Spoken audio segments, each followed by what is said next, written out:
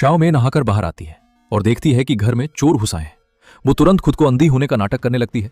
एक चोर हथियार निकालने वाला होता है, तभी दूसरा उसे रोकता है और कहता है कि लड़की अंधी है।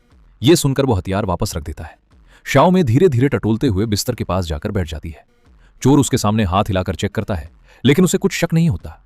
दोनों को यकीन हो जाता है कि वो सच में अंधी है, इसलिए वे अपने मास्क भी उतार देते हैं और घर में सामान खंगालने लगते हैं। मौका देखकर शाओ में चुपके से फोन उठाकर पुलिस को कॉल करती है।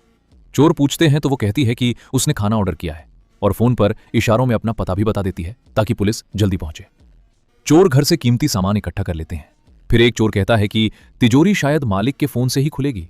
वे शाओ में का फोन लेते हैं, लेकिन पासवर्ड के कारण खुल नहीं पाता। दूसरा चोर उसे डांटता है और कहता है कि लड़की के सामने रखकर फेस अनलॉक कराओ। जैसे ही वे फोन उसके सामने लाते हैं, शाओ में चालाकी से फेस मास्क लगा लेती है, जिससे फोन अनलॉक नहीं हो पाता। लेकिन आखिरकार चोर फोन खोल लेते हैं और तिजोरी का QR कोड स्कैन कर देते हैं। तिजोरी खुलते ही उसमें ढेर सारा पैसा देखकर वे खुश हो जाते हैं और पैसे भरने लगते हैं। शाओ में समझ जाती है कि वे जल्दी ही भाग जाएंगे, इसलिए समय बिताने के लिए वो चाल चलती है।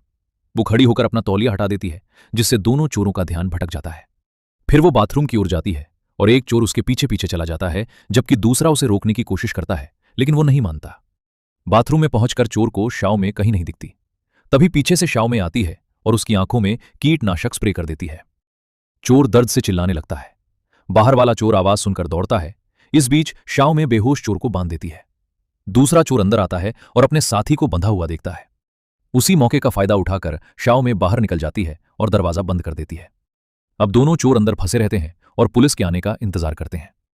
अंत में कमेंट में दाजी दाली लिखें।